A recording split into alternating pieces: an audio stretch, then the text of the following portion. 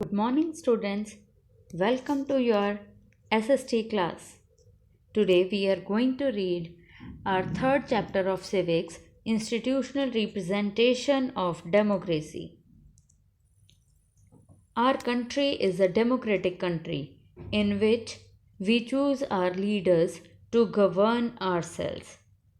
Some of the distinctive institutions associated with democracy can be mentioned as follows. First is universal adult franchise, means right to vote. Second is elections. Third is political parties. And fourth is coalition government. First is universal adult franchise. One of the most remarkable feature of Indian democracy is that from the very beginning the Constitution of India gave the citizens of the country universal adult franchise. This is also known as right to vote.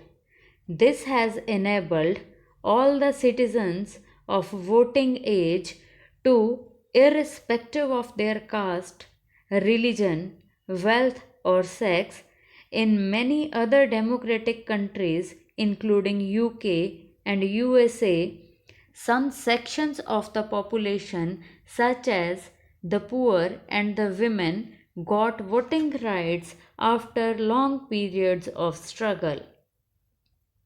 Article 326 of the Constitution of India provides universal adult suffrage. Suffrage means right to vote. The voting age has now come down from 21 to 18, means when the Constitution was made, at that time voting age was 21, but now it is 18, that all the people who are 18 years of old have the right to vote. So anybody who has completed 18 years of age, irrespective of his caste, creed, sex, or religion, is eligible to vote in general elections. This is one of the most revolutionary aspects of Indian democracy. That's why Indian democracy is very important. Next we will read about elections. An election is a formal decision making process by which a population chooses an individual to hold public office. Elections have been the usual mechanism by which modern representative democracy has operated since the 17th century. Elections may fill offices in the legislature, sometimes in the executive and judiciary, and for regional and local government. This process is also used in many other private and business organizations, from clubs to voluntary associations and corporations, and even in many of the schools. The procedure of electing the monitors or the cabinet members is according to the elections. They have also done elections. Elections are very important from the aspect of the economy, and market situation changes drastically according to the results of elections. First, we will read about general elections. That what are general elections? Elections take place once in every 5 years, are called general elections. The first elections were held between 25th of October 1951 to 21st of February 1952. Second are by-elections. The election is held only for one constituency. to fill the vacancy caused by death or resignation of a member. This is called by election. Third type of elections are mid-term elections. Lok Sabha or the state assembly may be dissolved before its term of 5 years. This type of elections are known as mid-term elections or mid-term poll. These elections are held to choose the new house. In fact, the expression mid-term election has no legal significance because election to the Lok Sabha is invariably called a general election.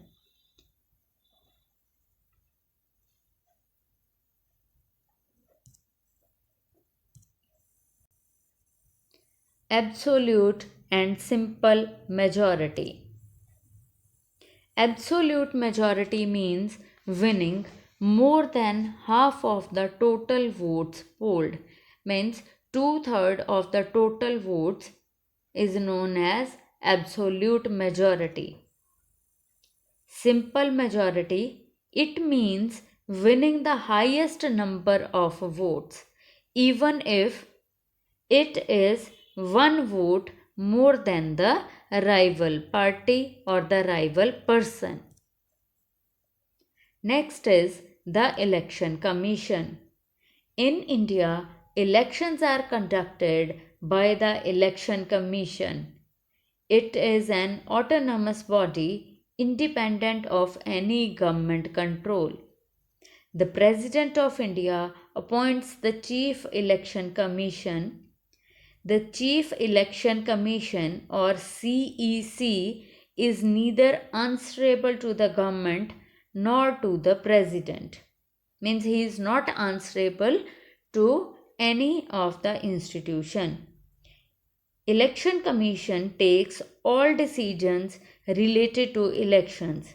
It declares the election dates and also the election results. Means all the work from the announcement of election date to the declaration of result is to be done by Election Commission of India.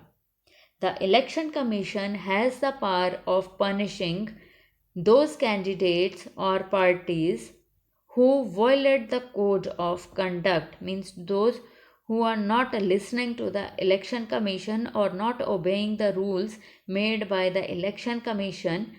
Election Commission has the power to punish them. During election, the EC or Election Commission sets guidelines for the government so that government's power are not misused for winning elections. Next are the electoral constituencies. In our country, we follow an area-based system of representation. The country is divided into different areas for the purpose of elections. These areas are called electoral constituencies. The voters who live in an area elects one representative. For Lok Sabha elections, the country is divided into 543 constituencies.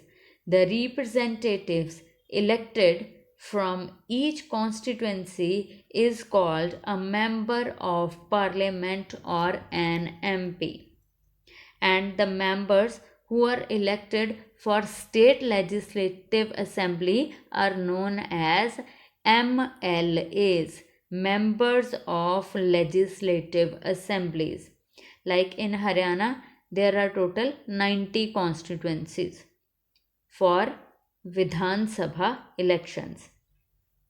One of the feature of democratic election is that every vote should have equal value. That is why our constitution requires that each constituency should have a roughly equal population living within it. Political parties. Party system is must for the existence of democratic system. Each political party is organized on the basis of the following factors. First, basic structure. Second, definite objective. Third, activities on the basis of ideas and principles. 4. General standpoints of public issues. 5. Ultimate objective of attaining governmental power.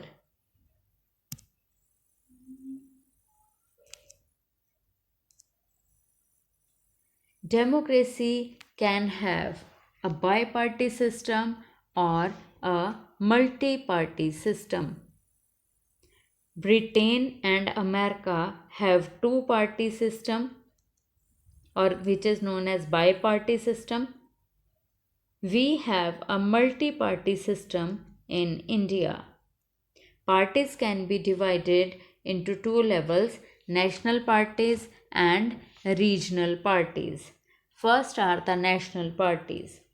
A party that secures at least 6% of total votes in Lok Sabha elections or assembly elections in 4 states and wins at least 4 seats in the Lok Sabha is recognized as a national political party. Example of national political party is Indian National Congress, Bharatiya Janata Party, Communist Party of India, Bahujan Samaj Party, etc. Second are the state parties or regional parties. The party which originate in a particular region or state and works for it and its people is called the regional or state political party. A party that secures at least 6% of the total votes in an election to the Legislative Assembly of a state and wins at least 2 seats is recognized as a state party. These exist, operate, and function at the regional level only. For example, Akali Dal, Jharkhand Mukti Morcha, in Haryana, that Indian National Lok Dal, etc., are the regional political parties or state political parties. Next is the coalition government. When 3 or more parties control the government and government thus formed is called coalition government. Means when no party gets absolute majority, then 2 or more parties join their hands to form the government and to run the government. That type of government is known as coalition government. For example, UPA, Indian National Congress, DMK, TDP, and CP. Then another type of coalition government is NDA, in which BJP is the main party, then Janata Dal, Rashtriya Lok Dal, etc. Third type of coalition government is Third Front, in which the main parties are CPI, CPIM, Forward Bloc, JD, AI, ADMK, TRS, etc.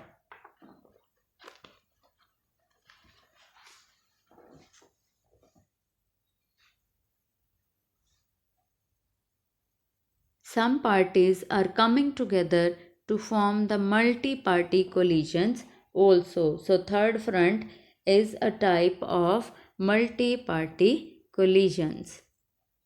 Thank you and have a nice day.